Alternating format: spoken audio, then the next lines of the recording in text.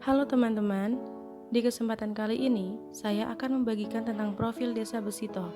Sebelumnya perkenalkan, nama saya Ratna Holifatus Zulaiha dari jurusan Sastra Inggris Fakultas Ilmu Budaya Universitas Diponegoro dengan NIM 130 201 171 20021. Sekarang ini saya berada di semester 6. Seperti mahasiswa tingkat akhir pada umumnya, sekarang ini saya sedang mengambil mata kuliah KKN atau kuliah kerja nyata. Namun yang membedakan dengan KKN biasanya, KKN Undip Tim 2 periode 2020 ini bertepatan dengan pandemi wabah virus corona. Tema dan pelaksanaannya berbeda dengan KKN reguler yang biasa dilakukan. KKN kali ini disebut KKN pulang kampung karena dilakukan di kampung halaman masing-masing mahasiswa dengan tema pemberdayaan masyarakat di tengah pandemi COVID-19 berbasis pada tujuan pembangunan berkelanjutan atau SDGs.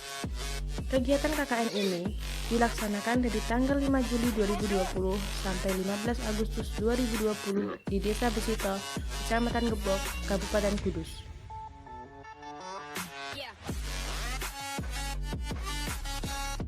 Desa Besito, Kecamatan Gebok, Kabupaten Kudus, Provinsi Jawa Tengah merupakan satu dari 11 desa di Kecamatan Gebok yang mempunyai jarak 7 km dari kota kabupaten. Secara geografis, Desa Besito sendiri terletak di perbatasan dengan sebelah utara Desa Gondosari, sebelah timur Desa Jurang dan Desa Bae, sebelah selatan Desa Karmalang dan Desa Ngribik, dan sebelah barat Desa Padurenan. Desa Besito sebagai salah satu desa di wilayah Kecamatan Gebok, di mana Kecamatan Gebok merupakan salah satu kecamatan perindustrian bagi Kabupaten Kudus dan juga menjadi lumbung pertanian. Maka, mata pencaharian warga masyarakat adalah mayoritas karyawan dan petani. Dengan demikian, bidang industri dan pertanian merupakan prioritas utama dalam pengembangan perekonomian masyarakat desa. Desa Besito sendiri memiliki potensi yang beragam. Masih banyak lahan pertanian yang dimanfaatkan oleh warga untuk bercocok tanam. Luas lahan pertanian di Desa Besito seluas 182,99 hektar dan setiap tahunnya menghasilkan produksi beras rata-rata 910 ton per hektar. Selain beras, mereka juga menanam jagung, tebu, dan lainnya. Namun mereka juga ada yang menanam sayur dengan metode hidroponik. Selain pertanian, warga desa Besito juga pandai dalam berwirausaha, mulai dari berjualan di pasar, warung kelontong, toko, hingga warung makan. Dan yang terakhir juga ada beberapa dari mereka yang memilih untuk terjun dalam bidang peternakan, seperti peternakan burung, ayam, kambing, hingga sapi.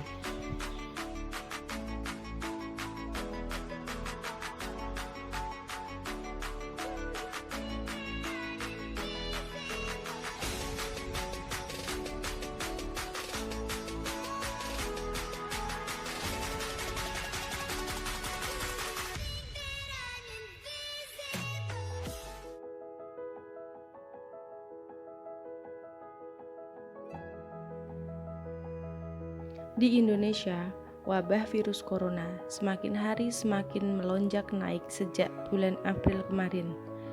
Banyak masyarakat yang mengalami dampak dari pandemi ini, mulai dari anak-anak hingga orang tua merasakannya.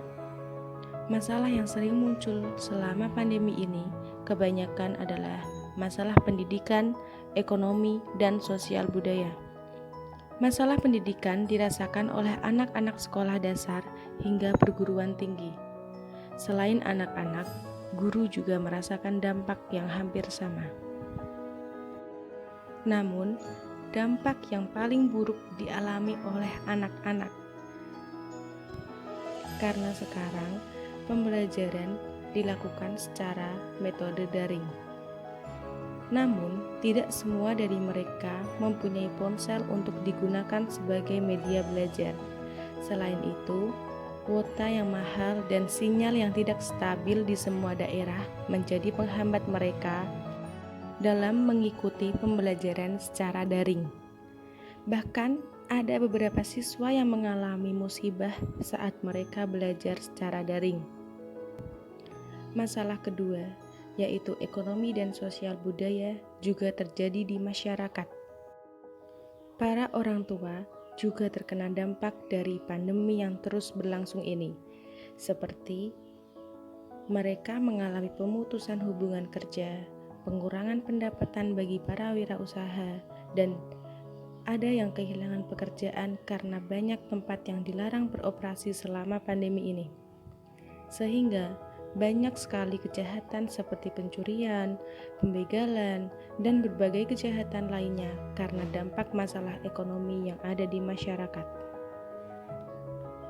Yang lebih disayangkan lagi, beberapa dari mereka ada yang kurang menghiraukan aturan dari new normal dan kurang mengetahui tentang cara pencegahan virus corona ini.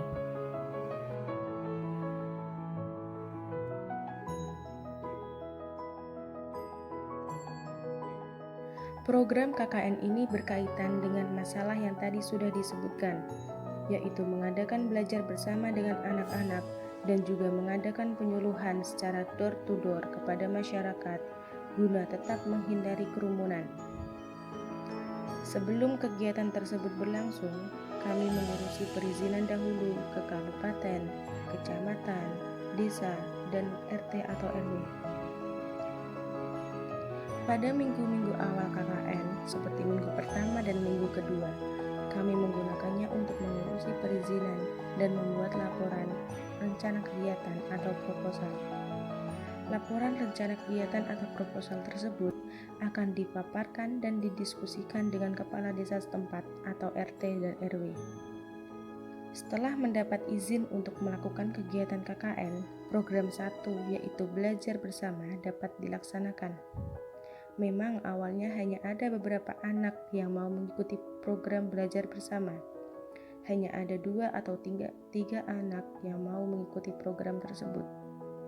Namun, karena program tersebut dibuat untuk menarik minat anak-anak, pada pekan berikutnya ada penambahan anak yang mau dan minat untuk belajar bersama.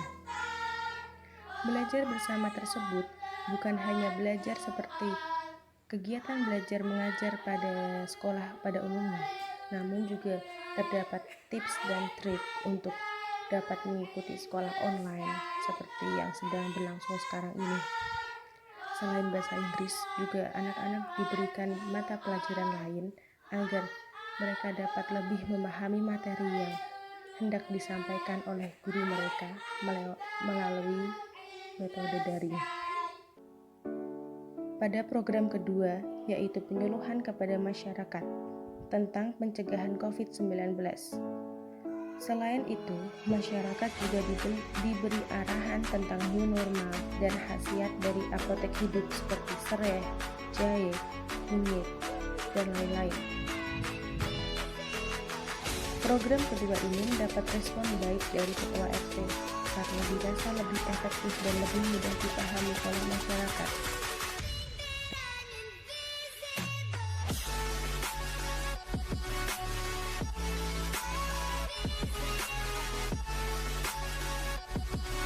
Penyuluhan tidak hanya dilakukan kepada orang dewasa, namun juga anak-anak. Kami mengajari mereka untuk mencuci tangan dan mencegah penyebaran virus corona seperti memakai masker, jaga jarak, dan lain sebagainya.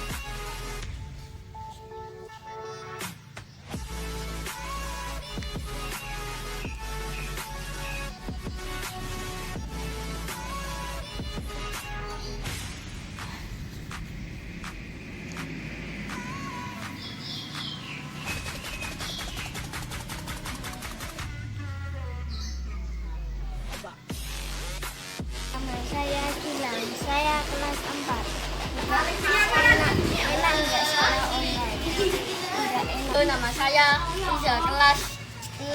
Enak gak sekolah online? Tidak, kenapa sekolah online? Karena ada COVID-19. Apa itu corona? Virus. Cara mencegah: cuci tangan dan memakai masker. Bisa gak cuci tangan dengan benar? Tidak. Ayo teman-teman cuci tangan dengan benar ya. Teman-teman cuci tangan dengan benar ya.